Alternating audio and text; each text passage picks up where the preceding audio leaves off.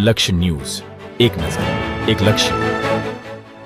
તારીખ 10/5/2025ના રોજ આશરે બપોરના 2:45 કલાકે નાયબ કલેક્ટર ચોટીલા એચ.ટી. મકવાણા તેમજ મામલતદાર થાનગઢની સંયુક્ત ટીમ દ્વારા થાનગઢ તાલુકાના અભેપર ગામના તળાવ તરીકે ઓળખાતા સરકારી સર્વે નંબર 4, 114 તેમજ 115 વાળી જમીનમાં ખૂબ મોટા પ્રમાણે ગેરકાયદેસર સફેદ માટીનું ખોદકામ કરતા સ્થળ ઉપરની એક જેસીબી, એક ડમ્પર, એક ટ્રેક્ટર, બાઇક મળીને કુલ ₹1,25,00,000 જેટલો મુદ્દામાલ જપ્ત કરીને તમામ મુદ્દામાલ મામલતદાર કચેરી થાનગઢ ખાતે ખસેડવામાં આવ્યો હતો.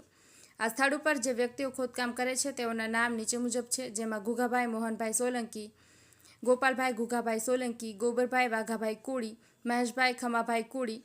ઉપરોક્ત વ્યક્તિઓ ઉપર ગેરકાયદેસર ખનન અંતર્ગત માપણી થયા બાદ જે કંઈ રકમ વસૂલ કરવાની થશે તે ધ ગુજરાત મિનરલ રૂલ્સ 2017ના નિયમોના અનુસાર 21(3) મુજબ વસૂલ કરવાની કામગીરી હાથ ધરવામાં આવશે. વધુમાં ઉપરોક્ત ચારેય વ્યક્તિઓએ સરકારી પડતર જમીનમાં ગેરકાયદેસર ખોદકામ કર્યું હોય તેઓની ઉપર લેન્ડ ગ્રેબિંગ મુજબ પણ કાર્યવાહી હાથ ધરવામાં આવશે. બ્રિજેશ ત્રિવેદી, સુરેન્દ્રનગર. આજ રોજ અમારી નાયબ કલેક્ટર પ્રાંત ચોટીલાની ટીમ અને મામલતદાર થાનગઢની સંયુક્ત ટીમ દ્વારા થાનગઢ તાલુકાના અભેપર ગામે જે તળાવ આવેલું છે તે તળાવની આજુબાજુ જે સરકારી પડતર જમીન આવેલી છે તે લગભગ છેલ્લા 3 વર્ષથી ગેરકાયદેસર સફેદ માટીનું અનધિકૃત રીતે ખનન વહન કરતા જે ઈસમો હતા તેઓને ઉપર અમારી સતત વોચ હતી અને આજે પ્રાઇવેટ ગાડી લઈને આવી સૌ પ્રથમ અને તેઓને રંગે હાથ ઝડપી પાડેલ છે.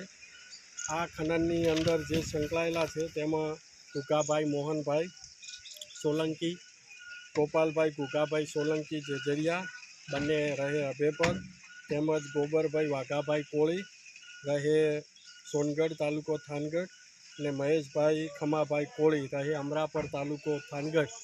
આ ચારે ચાર ઈસમો દ્વારા ખૂબ જ મોટા પ્રમાણમાં ગેરકાયદેસર સફેદ માટીનું ખનન કરેલું છે અને આ સ્થળ પરથી એક ડમ્પર, એક ટ્રેક્ટર, ટ્રોલી, એક જેસીબી, 2 બાઇક તેમજ મોટા પ્રમાણમાં જે ઇલેક્ટ્રિસિટી માટે વપરાતો વાયર છે એ પણ કુલ મળીને 1.25 કરોડનો જપ્ત કરવામાં આવેલ છે.